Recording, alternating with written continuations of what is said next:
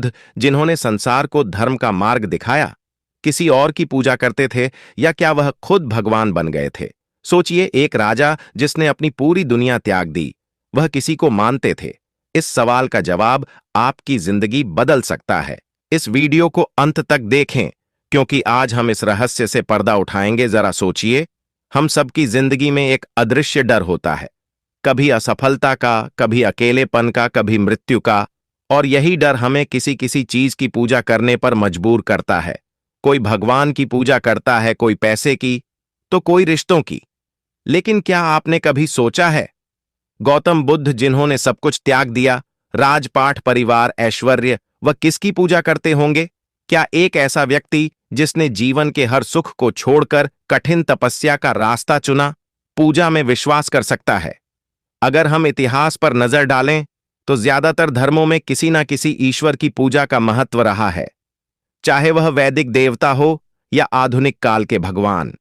लेकिन बुद्ध का मार्ग इससे अलग था। वो ना तो मंदिरों में गए, ना मूर्तियों के सामने झुके। तो क्या इसका मतलब है कि वह नास्तिक थे? और अगर वह नास्तिक थे, तो फिर वह इस जीवन और मृत्यु के चक्र से बाहर कैसे निकल गए? क्या बिना किसी शक्ति में विश्वास किए आत्मज्ञान पाया जा सकता है? या फिर क्या बुद्ध भी किसी गुप्त भगवान के फैन थे जिसका जिक्र उन्होंने कभी नहीं किया? मान लीजिए, अगर बुद्ध आज के जमाने में होते, तो क्या वह किस भगवान की पूजा करते हो?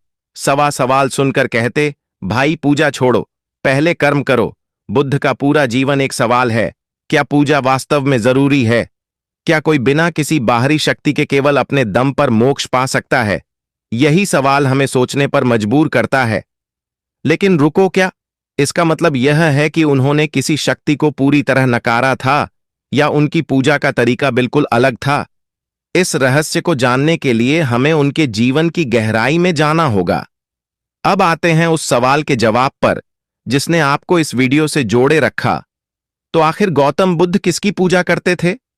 जवाब है, गौतम बुद्ध किसी देवता या भगवान की पूजा नहीं करते थे।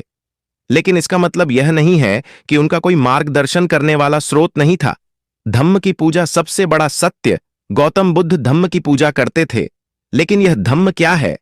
धम्म का अर्थ है जीवन का शाश्वत नियम जो इस ब्रह्मांड को चलाता है। यह सत्य, करुणा और नैतिकता का मार्ग है। बुद्ध कहते थे कि जो इस धम्म का पालन करता है, वही अपने जीवन को सच्चे अर्थों में जीता है। धम्म के प्रति उनकी श्रद्धा इतनी गहरी थी कि उन्होंने किसी भी बाहरी शक्ति की आवश्यकता नहीं समझी। बुद्ध का मानना था कि हर इंसान के भीतर एक अद्वितीय शक्ति है,